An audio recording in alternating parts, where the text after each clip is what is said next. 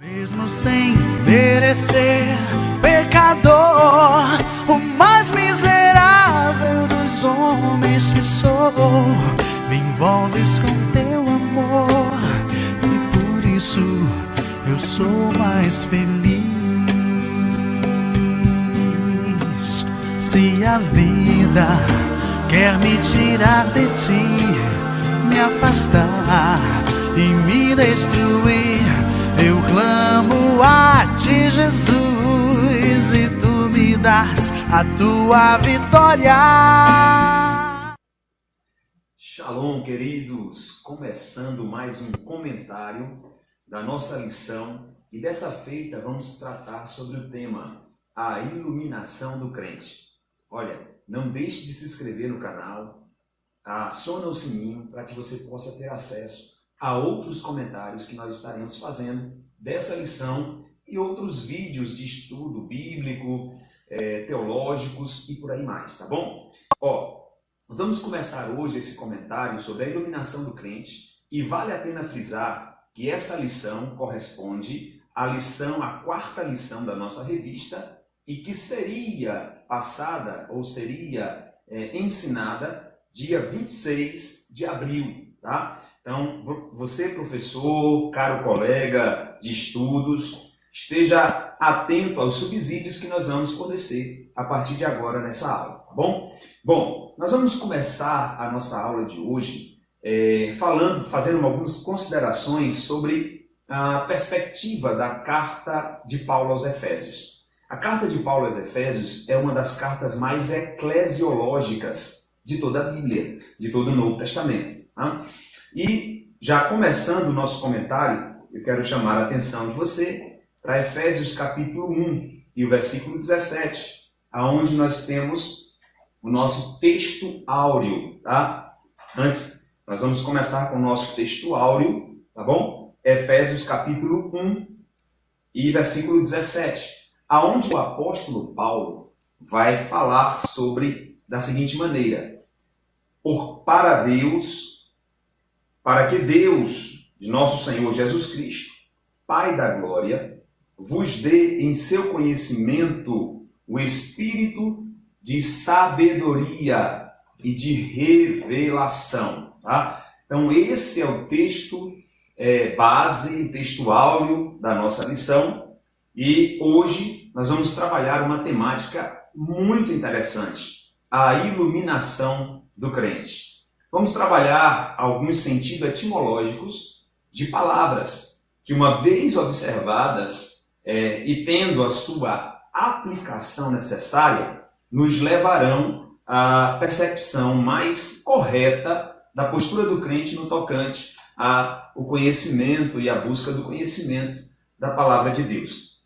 A nossa leitura base, nossa leitura bíblica em classe, se encontra em Efésios, capítulo 1, versículo 15 ao versículo 23. É mais um trecho da carta de Paulo aos Efésios, onde Paulo vai nos dar várias diretrizes concernente à vida espiritual, concernente à obra de Deus, concernente à execução desta obra e à glorificação do seu Filho, Jesus Cristo, na execução da mesma. O objetivo geral da nossa lição corresponde a esclarecer a dimensão da nossa chamada, as riquezas da herança divina e a grandeza do poder de Deus. Então esse é o nosso objetivo geral. Os nossos objetivos específicos correspondem a destacar a vocação e as riquezas da glória inclusa na herança divina, salientar a gloriosidade do poder divino que opera em favor dos crentes e expressar o exemplo de exaltação em Cristo. Então esses são o nosso objetivo específico e os nossos objetivos gerais da nossa lição. Tá? Olha, o comentarista, o pastor Douglas Batista, foi muito preciso nessa lição. Na verdade, ele vem comentando de uma maneira muito teológica, muito didática, a carta aos Efésios. Desde a primeira lição até essa nossa lição e toda a nossa revista, o nosso comentarista faz comentários de textos e de versículos a partir do seu original, com uma perspicácia e uma objetividade que faz com que a fluência da aula se torne melhor. Então, eu quero aqui fazer menção do Douglas Batista, comentarista, está de parabéns. Bom, a introdução da nossa lição, ele já traz a ideia do primeiro capítulo de Efésios. No primeiro capítulo da carta, Paulo faz do versículo 3 ao versículo 14 em uma única declamação doxológica. O apóstolo Paulo vai revelando as grandezas de Deus e exaltando o nome do Senhor sem parar. É uma peculiaridade desta carta. Do versículo 3 ao versículo 14, o apóstolo Paulo não para. Tá? E é interessante que ele fala sobre a fonte da bênção, que é o próprio Deus Pai. Ele fala sobre a natureza das bênçãos, que são espirituais.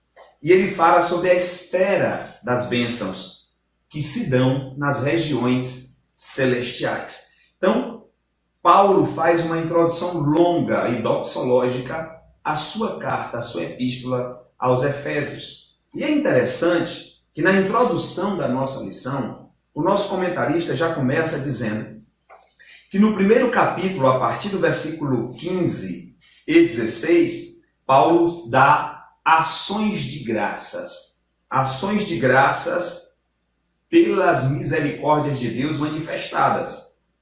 Do versículo 17 ao versículo 19, Paulo fala sobre a oração intercessória, ou ele faz uma oração intercessória. Né? Do versículo 20 ao versículo 23, ele faz uma confissão de louvor e exaltação. Então, Paulo traz um apanhado, e o nosso autor faz questão de enfatizar, em ordem crescente da abordagem a respeito do louvor ao nome do Senhor e do nosso posicionamento no tocante a esse louvor. Então nós somos exortados a louvar ao Senhor pela eleição e buscar a iluminação do Espírito para compreender a dimensão da nossa chamada e herança em Deus. Então, o objetivo geral da nossa aula e a palavra-chave da nossa aula compreende a palavra iluminação e pretendemos esclarecer a dimensão da nossa chamada, as riquezas da herança, né, e a grandeza do poder de Deus. Tá? Nós vamos trabalhar de maneira etimologicamente falando algumas palavras que compreendem a nossa lição. Para começar, no versículo 17 do primeiro capítulo, que é o texto áureo da nossa lição, nós vamos encontrar algumas palavras que fazem-se necessário pararmos para avaliar. Primeiro, para que o Deus de nosso Senhor Jesus Cristo, Pai da glória, vos dê em seu conhecimento o Espírito. Entenda que a palavra Espírito aqui está com E minúsculo. Portanto, Espírito tem a ver ou se arremete ao espírito do homem. Aí ele fala espírito de sabedoria. Bom, eu queria fazer aqui uma observação, tá, sobre o que é etimologicamente a palavra sabedoria, a partir do grego. A palavra sabedoria, a grosso modo, vem da palavra sofia do grego, tá? Mas a palavra sofia brota da raiz sophos.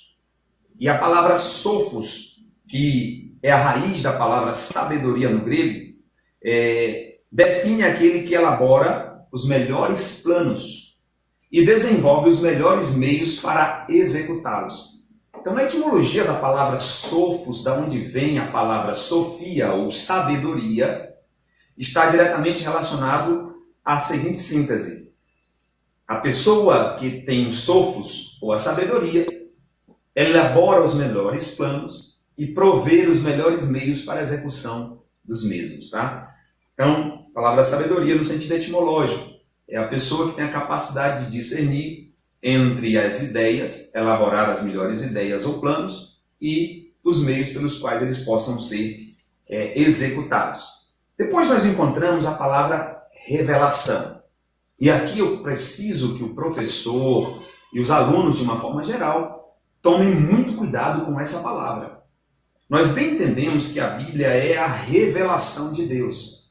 Nós sabemos que a Bíblia é revelada de maneira progressiva e o próprio Deus vai, de maneira didática, se revelando ao longo da história. A palavra revelação precisa ser tratada de uma forma especial, tá? Revelação do ponto de vista literário, revelação do ponto de vista da construção do cânon sagrado, nós não temos mais. A revelação literária que corresponde ao cânon, à Bíblia Sagrada, já está pronta. Nós já temos o texto, tá? Então, se eu já sei que essa revelação não compreende a ideia de completar o texto literário, pois já está pronto, então em que sentido o apóstolo Paulo se utiliza da palavra revelação aqui no versículo 17 do capítulo 1 de Efésios? Bom, a palavra revelação, e aqui eu preciso que você entenda o sentido etimológico da palavra revelação. A palavra revelação vem do termo grego apocalipso. Apocalipso. E a palavra apocalipso é a junção de duas palavras. A primeira é apó e a segunda calipso. Tá? Então essa palavra, no grego, a junção dessas duas palavras dá a ideia de desencobrir, desvendar, revelar, esclarecer. Então a ideia básica é essa. Mas a palavra calipso, eu queria tratar rapidamente com vocês sobre o sentido cultural desta palavra grega, é atribuída a uma deusa grega. E é interessante que, do ponto de vista histórico, a história que você pode encontrar na Odisseia de Homero, né, diz a história que Ulisses empreende uma viagem pela Ásia Menor e aí tem a sua embarcação afligida pelos ventos e tem que fazer uma parada em uma ilha, exatamente na ilha da deusa Calipso. E ali Ulisses, né, ou Odisseu, que é a mesma pessoa, fica preso nessa ilha e a deusa o esconde com o intuito de tentar casar com ele. Ulisses fica por um período, né, escondido na ilha de Calipso, até que um dia, é claro que eu estou fazendo aqui ponderações do ponto de vista cultural e da mitologia grega, tá, gente? Então, só a título de informação. Até que um dia, dentro da mitologia grega, Zeus resolve entrar em ação e, para libertar Odisseu, Zeus negocia com Calipso. E Calipso revela o Odisseu, ou Ulisses, e ele volta novamente à sua rota em paz, mar afora, em direção à sua terra natal. Daí vem a palavra calipso, que completa a palavra apocalipse. Tá? Então, a junção de duas palavras. A primeira palavra é apô, que quer dizer separação, e calipso, desvendar, revelar, trazer a visão, lucidez. Tá? Então, é interessante que a gente observe que a palavra revelação aqui, no versículo 17 de Efésios 1, deve ser tomada com o seguinte cuidado. Deus não está revelando novas coisas a nós.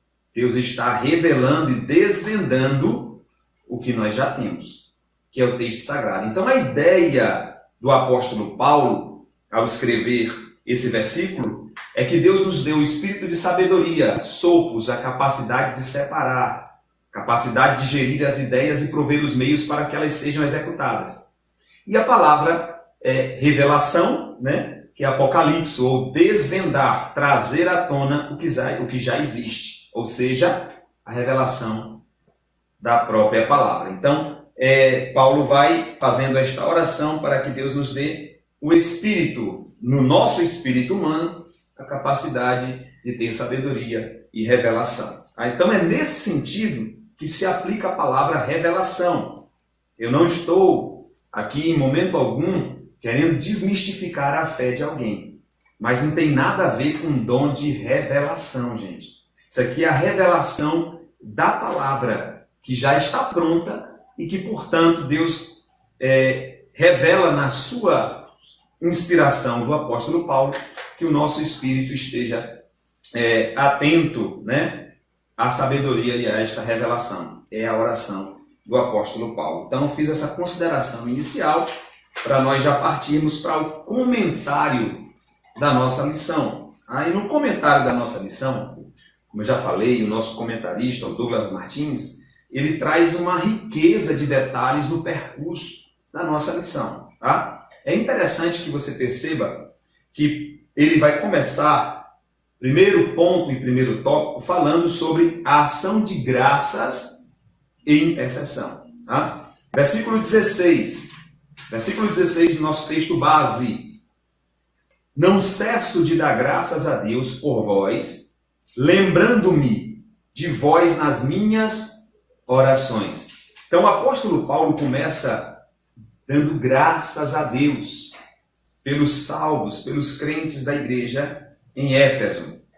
E aí ele vai dizer, pelas bênçãos recebidas, tais como assunto da lição passada, a eleição, predestinação, a filiação e o dom do Espírito, conforme está, capítulo 1, versículo 3 ao versículo 14. Então, Paulo começa dando graças, no versículo 16, pelas bênçãos espirituais que Deus deu aos crentes e que Deus nos dá também por efeito de alcance por intermédio do sacrifício de Cristo. Ou seja, a eleição, nós somos eleitos na presciência de Deus, foi assunto da aula passada. Deus prevê a nossa fé, previu que nós iríamos alcançar o sacrifício e, portanto, pela sua presciência, nos elegeu.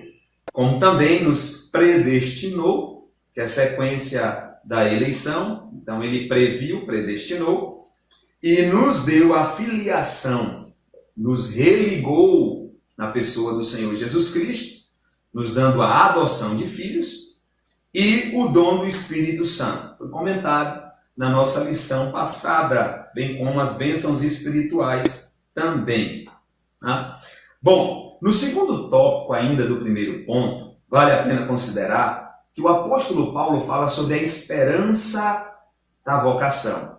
E eu preciso mais uma vez, o professor e o aluno, esteja atento ao sentido etimológico das palavras, gente. Olha só, vocação aqui não tem a ver com os ministérios de Efésios capítulo 4. Vocação aqui não tem a ver com os ministérios que Deus dá e revela no capítulo 4. Na verdade, a vocação, e eu quero que você entenda o sentido etimológico da palavra vocação, tá? Não tem a ver precisamente com o ministério, tá? Mas a vocação é a capacidade que Deus nos dá de sermos, por intermédio do sangue de Cristo, vocacionados à salvação. Então a palavra vocação não tem a ver com ministério, tem a ver com a salvação pessoal de cada um de nós. Então, atenção a esta questão, tá?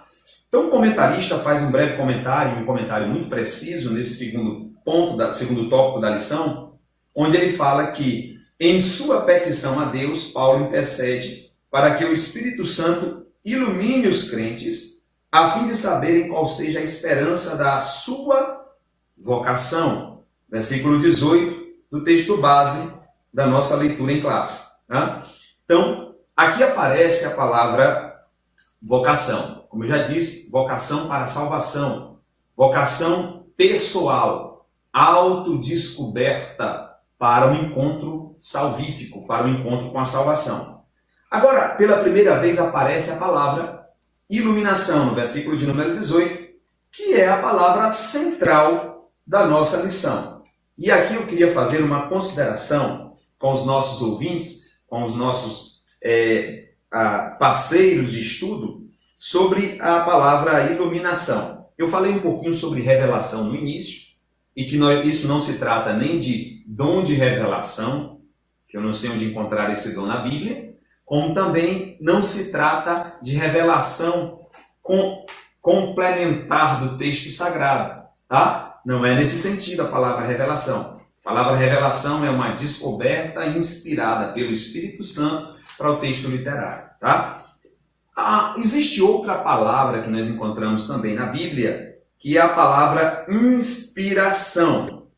E é outra palavra também que vale a pena nós trazermos o sentido etimológico da mesma.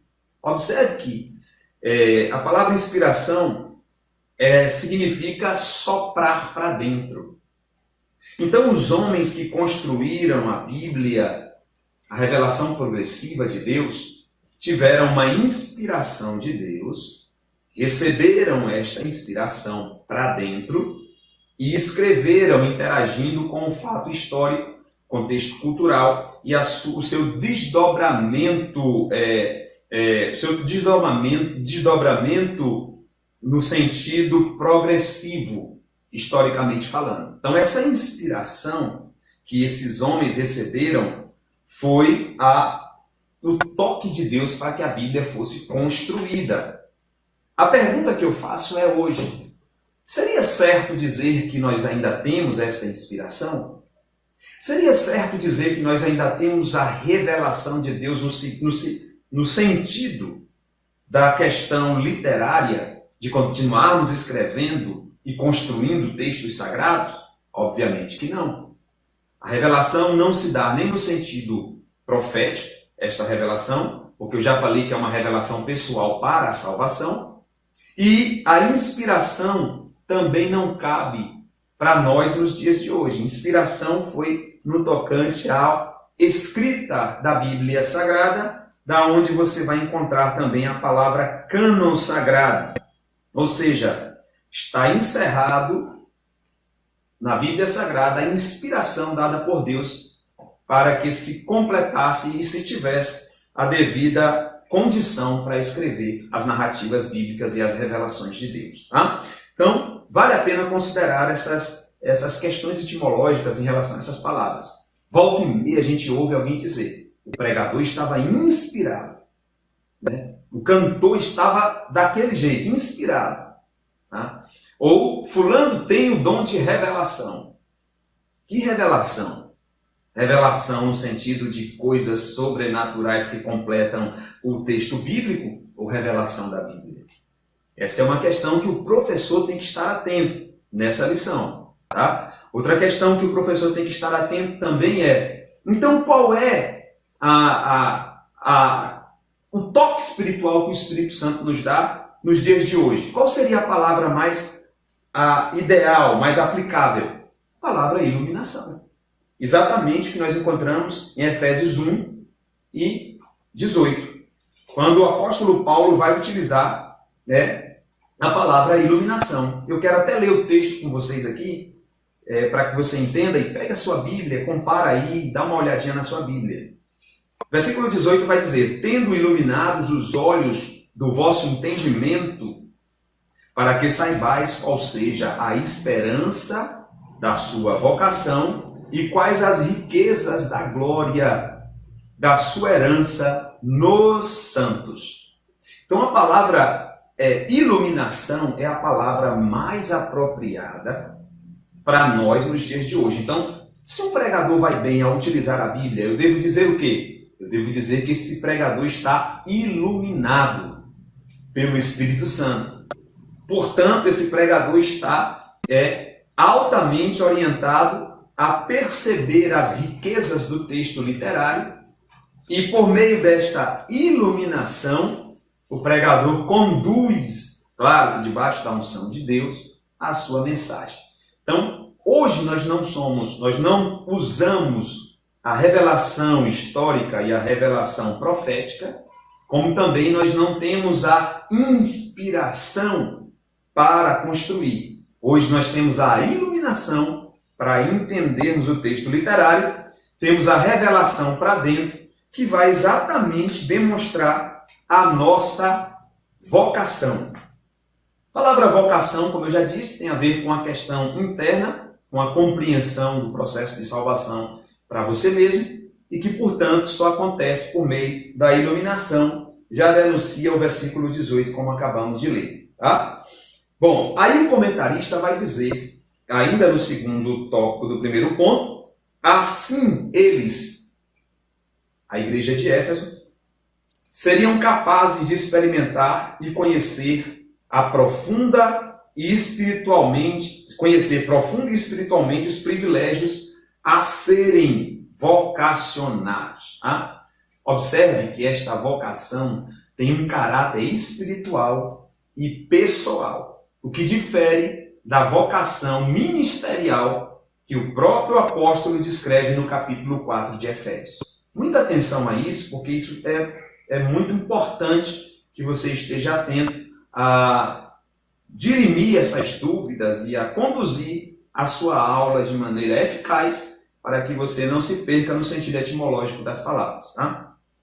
Terceiro tópico do primeiro ponto, as riquezas da glória da sua herança. As riquezas da glória da sua herança. Tá? Ainda no versículo de número 18, o apóstolo Paulo vai falar que iluminação e para que esta iluminação?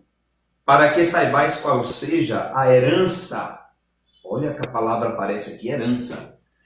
Da sua vocação e quais as riquezas da glória. Quais as riquezas da glória da sua herança dos santos. Então aparece a palavra riquezas, glória e herança. Mais uma vez, um pouco de atenção, nunca é demais. Riquezas aqui é no sentido espiritual, gente. Cuidado com teologia da prosperidade, de dizer ou falar, ou de repente se um aluno dizer, não, professor, a riqueza aqui é no sentido material. Na verdade, não. As riquezas descritas no versículo 18 do capítulo 1 de Efésios têm a ver com riquezas espirituais. Depois surge a palavra glória. Observe bem a palavra glória. As riquezas da glória da sua herança. A expressão glória aqui, e eu queria que você anotasse aí de lado, se você puder, anota aí no seu script. Glória tem a ver com a palavra virtude. União de atributos, união de manifestações. Virtude, glória. Então, a palavra tem mais um quê de virtude. E aí surge a expressão herança, que enfatiza que Deus deu aos seus eleitos uma herança. Nós falamos sobre as bênçãos espirituais, na lição retrasada, né? Falamos sobre as bênçãos espirituais, e é interessante que você perceba que nós herdamos ou alcançamos essas bênçãos espirituais porque fomos adotados. E se você é adotado em Cristo Jesus, você tem direito à herança. Agora, essa herança se refere ao quê? Se refere às bênçãos que acompanham o plano da salvação, tais como, né, a bênção do perdão dos pecados. Então nós herdamos, por meio do sacrifício de Cristo, o perdão dos pecados. Segundo, a adoção de filhos, como eu já falei. As bênçãos que serão desfrutadas no porvir, conforme se encontra em Colossenses 1 e 27, como também em 1 Pedro capítulo 1, versículo 4 e versículo 5. E também a possibilidade, isso aqui é fantástico. É fantástico que você enfatize isso como verdadeira riqueza para esta vida. Mais do que os bens materiais, mais do que resultados a serem colhidos por meio de uma fé no Senhor Jesus Cristo, aqui na terra. Que riqueza maior seria essa? Qual seria a maior riqueza que nós herdaríamos por herança? A riqueza de vermos Deus, vermos a Cristo e o adorarmos. Apocalipse capítulo de número 22, versículo 3 e versículo 4. Imagine a emoção de João, lá no primeiro capítulo, no momento crucial da sua visão na ilha de Patmos, vendo aquele que tem olhos como chama de fogo, vendo aquele que os seus pés são como latão reluzente, seu cabelo branco como a alva lã. Imagina ver Jesus como ele é. E a Bíblia diz em Apocalipse 22, 3 e 4, que nós o veremos como ele é. Eu não sei as expectativas que giram em torno da sua vida nesse momento de crise. Muitos pensam que a igreja está afetada de uma forma desastrosa pela crise, e do ponto de vista institucional é uma verdade, mas a igreja, organismo, as suas esperanças estão para além. A sua expectativa profética na Bíblia Sagrada não podem ser subjugadas ou abatidas por uma crise como essa. Nós já sabemos delas. As pestes estão anunciadas. A igreja triunfante e a igreja organismo não se abate com momento de pestilência. Pelo contrário, se anima, se alegra, se motiva a adorar ainda mais na expectativa de desfrutar da riqueza, de um dia poder ver Deus como Ele é, ver Jesus Cristo como Ele é. Essa é a riqueza e essa é a expectativa que nós devemos ter em nossa vida espiritual. Bom, continuando aqui a nossa lição, já estou até com vontade de pregar, mas não é para pregar, mas continuando a nossa lição, segundo ponto da nossa lição fala sobre a excelente grandeza e força do poder divino. Segundo ponto da lição. Sobre a excelente grandeza e poder e força do poder divino. Gente, parece ser até um superlativo, parece ser uma repetição do mesmo sentido. Mas Paulo se utiliza dessa linguagem para dar uma ênfase maior. Tá? Então, observe. Excelente grandeza e força do poder divino. Ora, poder não é força? Bom, muitas vezes essa linguagem literária e esse recurso literário é utilizado na Bíblia para dar uma ênfase maior ao que se quer dizer. Isso é um recurso literário. E o apóstolo Paulo se utiliza muito deste recurso. Tá? Versículo 19, abra sua Bíblia aí ou vá lá na sua própria revista. Versículo 19 da leitura em classe. Olha o que diz o texto.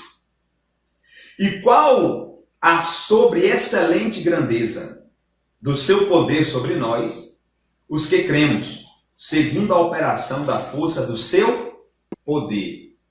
Observe que Paulo ele vai enfatizando, quase que num pleonasmo, uma palavra dando ênfase à outra. Observe que ele vai dizendo a excelente grandeza do seu poder sobre nós, a excelente grandeza do seu poder sobre nós, os que cremos, segundo a operação da força do seu poder. Tá? Eu queria que você atentasse, porque o nosso comentarista aqui, ele foi muito feliz, tá? Quando ele fez o comentário, pegando algumas palavras a partir do original para dar uma riqueza de detalhes sobre esse versículo que tem uma ênfase a partir do apóstolo Paulo. E você precisa entender aí no primeiro tópico do segundo ponto, a sobreexcelente grandeza do seu poder. Tá? Perceba que a palavra sobreexcelente é traduzida do grego operbaló, que é a forma adjetivada que significa extraordinário. Então, a sobreexcelente quer dizer extraordinário. Essa palavra sobreexcelente no grego, a partir do original operbaló, quer dizer extraordinário. Gente, extraordinário, obviamente, é algo que está para além do ordinário. O que é o ordinário? O de sempre, o de praxe, o normal. O que Paulo está querendo dizer é o seguinte, olha, a sobreexcelente ou a extraordinária, para além do normal, para além do básico, para além do ordinário, do dia a dia, é a sobreexcelente grandeza do poder de Deus, ou seja, o extraordinário, para além do que vocês vivem normalmente. O poder de Deus é para além do que vocês vivem normalmente. Então, a palavra dá uma ênfase, a palavra no grego maior ainda. Em 2 Coríntios, capítulo 4, 2 Coríntios, e você pode pegar a sua Bíblia aí, 2 Coríntios, capítulo 4 e versículo 7, você vai encontrar uma ênfase no texto bíblico concernente a esse extraordinário poder. Extraordinário poder. 2 Coríntios, capítulo de número 4, versículo de número 7, diz-nos a palavra. Temos, porém, este tesouro em vasos de barro, para que a excelência do poder de Deus e não de nós. Do poder de Deus e não de nós. A palavra excelência aparece aqui. Como também cabe, mais uma vez, porque a palavra aqui no grego, versículo 7 do capítulo 4 de 2 Coríntios, é a palavra uperbaló, a palavra extraordinário, extra, para além. Aí ele segue, o nosso autor segue, dizendo que a expressão seguinte é a palavra menegeto, ou megeto, que quer dizer grandeza. O objetivo é enaltecer a magnitude do poder de Deus, que a tudo sobrepuja. Então a palavra, aparece também a palavra megetos, que quer dizer grandeza, né? Então, a sobressalente ou extraordinária, grandeza, né? Ou poder de sobrepujar, né? Aparece aí. E também aparece o termo dunamis, que traduzido quer dizer poder. Poder. Só que a palavra dunamis quer dizer um poder que emana, um poder que explode, uma capacidade de explodir, uma capacidade de ir além de qualquer contenção. Então a palavra dunamis quer dizer poder, energia escondida. Da onde também surge a palavra potencial. Normalmente nós temos uma noção errada da palavra potencial. A palavra potencial, se você for num dicionário, você vai descobrir que a palavra potencial não é o que você já fez. Potencial é o que você está prestes a fazer. Portanto, potencial é uma energia motora que está dentro de nós. Talvez seja por isso que Deus se utiliza de maneira didática dos desertos, para que através das exposições nós possamos colocar para fora o que é a nossa devida energia, a energia potencial. Tá? Então, poder, dunamis, indica efeitos miraculosos que requerem força fora de medida. Então, a palavra dunamis quer dizer também força fora de medida. Energia motriz, força fora de medida, potencial.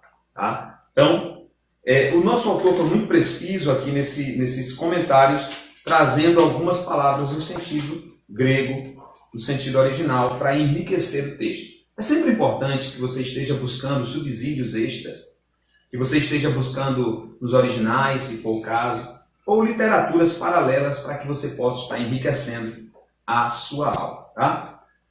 O segundo tópico do segundo ponto fala sobre a força do poder divino. Então, o nosso comentarista divide o versículo 19, falando sobre sobre a excelente grandeza do poder de Deus e a força do poder divino. Olha o comentário, como é um comentário muito interessante, que pode ser elucidador na sua aula. Tá? Na sentença, segundo a operação da força do seu poder, que está no versículo 19, o apóstolo faz uso de 3 vocábulos gregos, concordantes entre si. Quais são eles? O primeiro, a palavra operação, que é a tradução de energia. Tá? Então, a palavra operação é a tradução no original de energia. Tá? A segunda palavra é a palavra eficácia. Tá? A palavra eficácia, que sinaliza a ideia de poder em atividade. A primeira palavra, tem a ideia de operação, que tem a ideia de energia. A segunda palavra, eficácia, que sinaliza a ideia de poder em atividade. E a terceira palavra aparece o termo força. Força, que também tem a ver com a palavra poder. Força. E a expressão força vem do grego klatos. Que traz a ideia de intensidade. Observe essas 3 palavras a partir do original, como dá uma amplitude, uma riqueza na sua aula. Tá? A primeira palavra, a palavra operação, que dá a ideia de energia, né? Que também significa eficácia. operação no sentido de eficácia. A segunda palavra, que é a palavra eficácia, que sinaliza a ideia de poder em atividade também. A segunda é a expressão força, que vem do termo kratos, que traz a ideia de intensidade. Né? Então nós vemos essas três palavras. A palavra força, que dá a ideia de intensidade. A palavra operação, que traz a ideia de energia, que também significa eficácia. E a palavra poder, que traz a ideia de atividade. Então nós vemos essas palavras enriquecem o contexto da nossa aula. Então o nosso comentarista também foi muito feliz nessa observação no segundo tópico, do segundo ponto da lição. No terceiro ponto da lição, Cristo, nosso exemplo de exaltação, que aí nós temos que também, professor e demais alunos, observarmos alguns detalhes importantes aqui no comentário. Tá? Cristo, nosso exemplo de exaltação. Primeiro tópico. Cristo, as primícias dos que dormem. Paulo enfatiza que o poder de Deus se manifestou em Cristo, ressuscitando-o dos mortos. Versículo 20 do primeiro capítulo de Efésios. Alguém pode perguntar na sua sala, caro professor, se Cristo foi o primeiro a ressuscitar. Porque, biblicamente, você vai encontrar casos de ressurreição na Bíblia Sagrada. Então, a que se remete o texto sobre as primícias do que dormem? Cristo sendo as primícias dos que dormem. Qual seria o sentido de ser a primícia dos que dormem? Versículo 20. O sentido seria, caro professor, o sentido de completude, ou o sentido de complemento da obra. Ou seja, o primeiro a ressuscitar com corpo glorioso. O sentido seria esse. Então, Cristo é a primícia dos que dormem, porque é o primeiro a ressuscitar com corpo glorioso. Isso o difere de qualquer outro exemplo do Antigo Testamento de possíveis ressurreições que se deram na história. Então, Cristo, por que Cristo é a primícia dos que dormem? Porque é o primeiro a ressuscitar com um corpo glorioso. Você encontra esse texto em 1 Coríntios, capítulo de número 15, versículos de número 20 e 22. 1 Coríntios, capítulo 15, versículos de número 20 e 22. Olha o que diz a Bíblia. Porque assim como todos morrem em Adão, assim também todos serão vivificados em Cristo, mas cada um por sua ordem. Cristo, as primícias, depois os que são de Cristo, na sua vinda. Observe que esse texto de 1 Coríntios se arremete exatamente ao corpo glorioso ressuscitado. Então, por que Cristo é a primícia dos que dormem? Porque foi o primeiro a ressuscitar com um corpo glorioso e assim estar de uma vez por todas. Tá? Então, esse texto da base e 1 Tessalonicenses capítulo 4 e versículo 14 vai dizer para nós, tá? Se ele é a primícia dos que dormem e nós também seremos ressuscitados com eles, esse texto vai dizer como nós também ressuscitaremos. É claro que é um texto conhecido de todos os irmãos, 1 Tessalonicenses capítulo 4 e o versículo 14. Contra aí na sua Bíblia aí. Eu sempre digo que quem não ler mais, pelo menos uns 5 a 10 versículos no período da escola dominical, não está tendo uma boa escola dominical. 1 Tessalonicenses 4,14 diz-nos assim o texto. Porque se cremos que Jesus ressuscitou, que Jesus morreu e ressuscitou, assim também os que em Jesus dormem, Deus tornará a trazer com ele. Então, esse texto fala sobre o momento da ressurreição dos que estão mortos e que receberão um corpo glorioso e se encontrarão com Cristo nos ares. Então, Cristo é a primícia, o primeiro ressuscitado de maneira gloriosa, e na sequência nós também desfrutaremos dessa bênção da ressurreição, no caso os que dormem, recebendo também um corpo glorioso. Nesse ponto, nós destacamos total diferença entre qualquer possibilidade de ressurreição ou qualquer possível questionamento que seja feito na sua live, lá no domingo pela manhã, onde você vai estar trazendo o ensino através da nossa revista, tá bom? E segundo ponto da nossa lição, do segundo tópico do terceiro ponto, fala Cristo é levado à direita de Deus. E aqui nós temos o versículo de número 20 também. Versículo de número 20. O nosso comentarista fala: aqui está o foco, a ascensão de Cristo, em referência à promessa messiânica, prometida no Salmo, capítulo de número 110, como também em Atos, capítulo 1 e versículo 6. Ele foi assunto aos céus, tá? Subiu aos céus e sentou-se à direita de Deus. Tá? Nós também vemos em Filipenses capítulo 2, versículo 9 a 11. Né? Então, Cristo recebe um grau de exaltação para uma posição de honra e autoridade que indica o completo triunfo de Cristo sobre o pecado e sobre as forças do mal. Em Filipenses capítulo 2 e versículo 11 vai dizer que pelo que Deus lhe deu um nome que é sobre todo nome, e que esse nome todo joelho se dobrará diante desse nome. Tá? Colossenses capítulo 2 e versículo 15. Preciso que você olhe na sua Bíblia aí também. Colossenses capítulo 2 e o verso 15, que é um texto complementar para que você esteja usando na sua lição, aí, na sua aula. Colossenses capítulo 2 e versículo 15.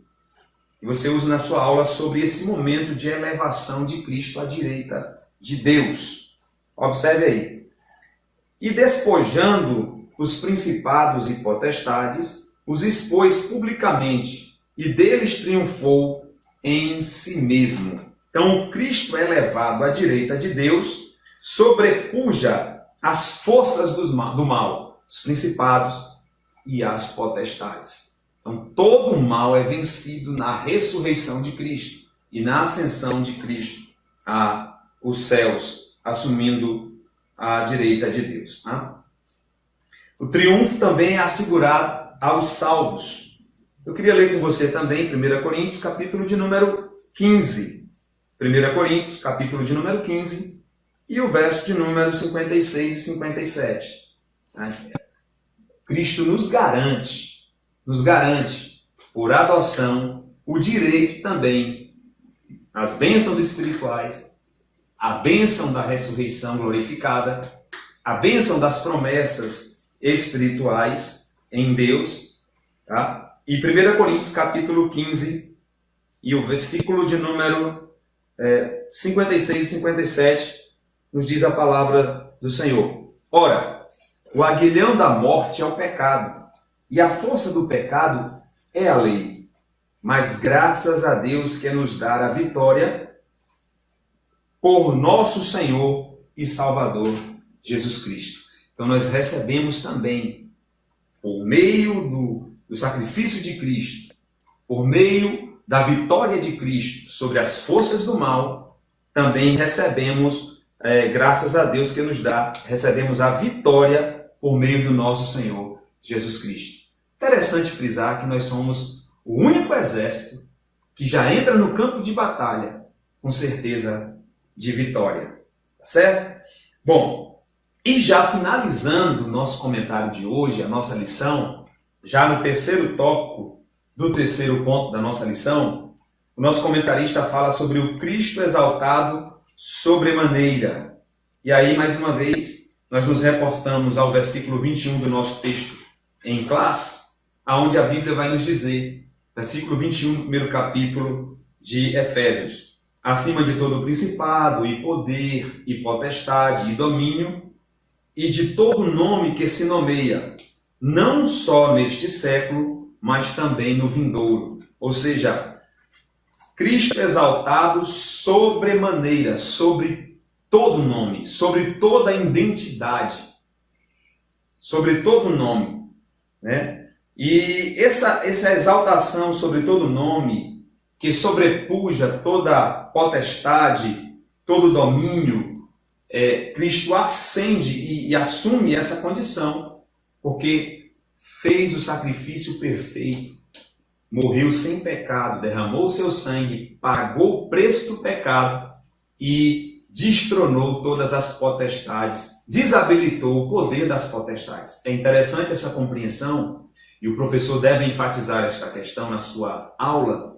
Por quê? Porque agora nós, que somos os eleitos, que somos predestinados à vitória, que somos predestinados a bênçãos espirituais, perdoados, que somos adotados, temos a adoção, temos a filiação em Cristo, nós também temos o poder de sobrepujar o mal, as forças do mal. Tá bom? Então, gente, espero ter ajudado a você, professor, caro aluno, com esse breve comentário da nossa lição. Uma lição muito rica, cheia de detalhes, que tem um contexto muito interessante, tá? E vale destacar nesse terceiro tópico do terceiro ponto, que Cristo volta à sua condição natural, à sua condição espiritual, por assim dizer. Então, Cristo volta à sua condição, conforme descreve lá o texto em Filipenses capítulo 2, que eu quero encerrar com essa leitura. Filipenses capítulo de número 2 e o versículo de número 5. De sorte que haja em vós o mesmo sentimento que também houve em Cristo Jesus, que sendo achado a forma de Deus, não teve por usurpação ser igual a Deus. Então, quando Cristo é exaltado sobremaneira e o seu nome é sobre todo nome, denuncia que Cristo está voltando à sua condição de ser igual a Deus. Tá bom? Que Deus nos abençoe, que Deus nos ajude, nos ilumine, para que nós possamos nos aprofundar no conhecimento da palavra e, por conseguinte, pela iluminação, compreender as revelações para nós, para as nossas vidas, para os nossos e para o nosso ministério. Eu só quero também fazer uma última leitura no tocante à iluminação, que está em 1 Coríntios, capítulo de número 2, e o versículo de número 9 e o versículo de número 10. Diz-nos a palavra de Deus: mas, como está escrito, as coisas que o olho não viu e o ouvido não ouviu, e não subiram ao coração do homem, são as coisas que Deus preparou para os que o amam. Mas Deus nulas revelou pelo seu Espírito, porque o Espírito penetra todas as coisas, ainda as profundezas de Deus. Olha que coisa maravilhosa que o apóstolo está escrevendo neste versículo, da primeira carta aos Coríntios, capítulo 2, e o versículo de número 10. Deus nos revelou. E o que Deus nos revelou? As profundezas. E onde está esta revelação? Na palavra. Como eu compreendo essa revelação? Pelo espírito de sabedoria, o meu espírito, e de revelação. Então eu recebo esta revelação por iluminação, revelação da palavra, pessoal, não dou de revelação para outros, revelação pessoal, no tocante à minha salvação, no tocante aos mistérios de Deus, né? Então Deus revela as profundezas pelo seu Espírito. Então é interessante enfatizar que a função do nosso Espírito, como descreve o versículo que está no nosso texto áureo da nossa lição, o versículo de número 17, né? Para que Deus, de nosso Senhor Jesus Cristo, Pai da glória, vos dê em seu conhecimento o espírito de sabedoria e de revelação. O nosso espírito recebe do Espírito de Deus, 1 Coríntios capítulo 2, versículo 10, do Espírito de Deus, a revelação da profundidade de Deus, tá bom? Então, graças a Deus por isso, graças a Deus porque as bênçãos espirituais nos alcançou e Deus deixa claro na sua palavra que tem um desejo de nos revelar. Então, Deus abençoe sua vida, Deus abençoe sua família. Se inscreva aí no nosso canal, aciona o sininho para que você possa receber novos vídeos de comentário, tanto da lição como de outros temas teológicos da Bíblia Sagrada. Deus abençoe, um forte abraço e que você possa cada dia mais estar sendo iluminado por Deus.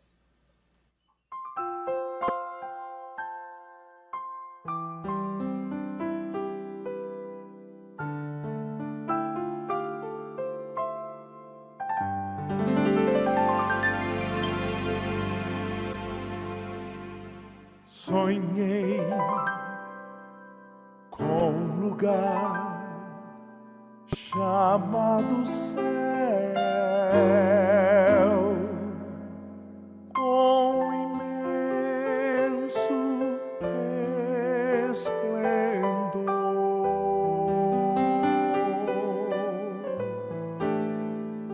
Ao cruzar os portais,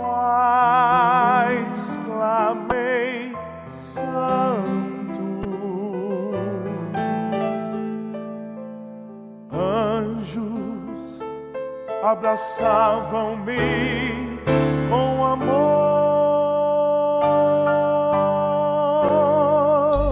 De mansões em mansões me levarão.